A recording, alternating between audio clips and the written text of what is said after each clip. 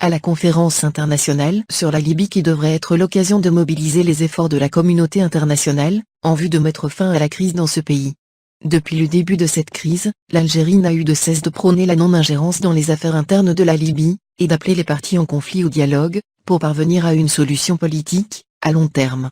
La position adoptée par l'Algérie, vis-à-vis du conflit en Libye, pays avec lequel elle partage une bande frontalière de 982 km, va au-delà du facteur géographique, en ce sens où elle procède de la doctrine de sa politique étrangère, basée sur le respect de la souveraineté des États, et le rejet de toute immixtion dans leurs affaires internes, tout en faisant prévaloir les solutions politiques et les choix diplomatiques.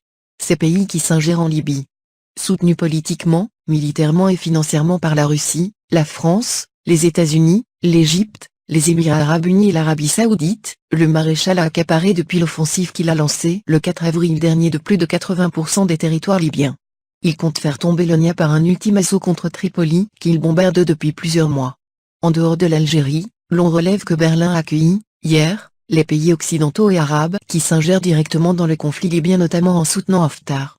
Des ingérences qui ont provoqué la déflagration de la Libye et aggravé la crise dans laquelle ces mêmes pays l'ont précipité. S'il est appuyé politiquement par la communauté internationale, Esraj n'est aidé militairement que par la Turquie. Une aide que les soutiens de Haftar rejettent pour des raisons de leadership et de préservation d'intérêts dans la région. C'est ce qui pousse le président d'UNIA à demander l'envoi en Libye d'une force militaire internationale sous l'égide de l'ONU pour prévenir contre une reprise des combats armés par Haftar. Une demande qui a déjà été exprimée la semaine dernière par le chef de la diplomatie européenne Josep Borrell. Les hôtes d'Angela Merkel à la conférence de Berlin devaient aboutir à un consensus autour de plusieurs mesures devant faire taire les armes et lancer le processus d'un dialogue inclusif interlibyen. Il s'agit entre autres de la cessation des hostilités, de la consécration d'un cessez-le-feu durable, de la réforme des secteurs sécuritaires et économiques, de retour au processus politique et de l'application du droit international humanitaire. C'est pratiquement les points contenus dans le document de formalisation du cessez-le-feu qui a été signé la semaine dernière, à Moscou, par Esraj mais pas par Haftar. Ce qui laisse dire à beaucoup d'observateurs que ce cessez-le-feu reste très fragile et précaire.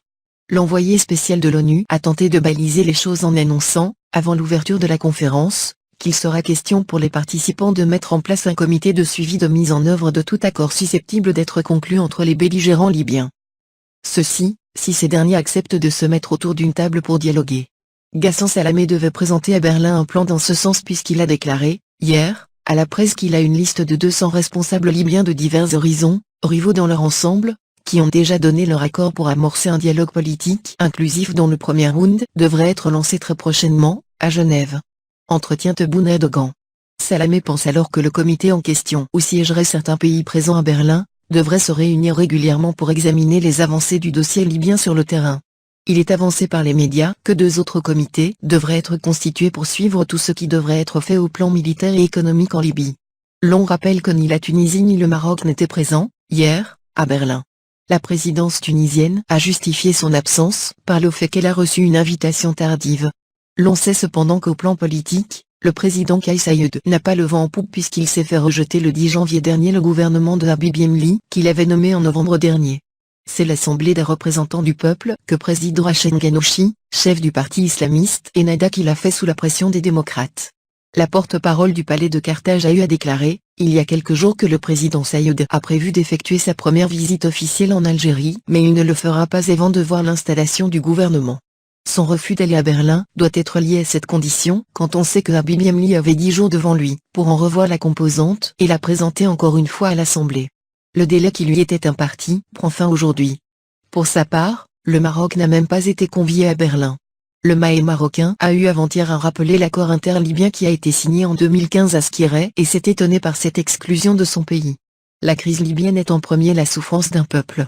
La sécurité d'un pays est celle de toute la région maghrébine, a-t-il dit. Il s'est en outre interrogé sur qui a le droit d'accorder à un certain pays la décision de choisir qui assiste et qui n'assiste pas à Berlin. Hier dans la matinée, le président de la République Abdelmadjid Tebboune a rencontré le président turc, Recep Tayyip Erdogan. D'autres entretiens étaient prévus entre Tebboune et des présidents occidentaux et arabes présents à Berlin.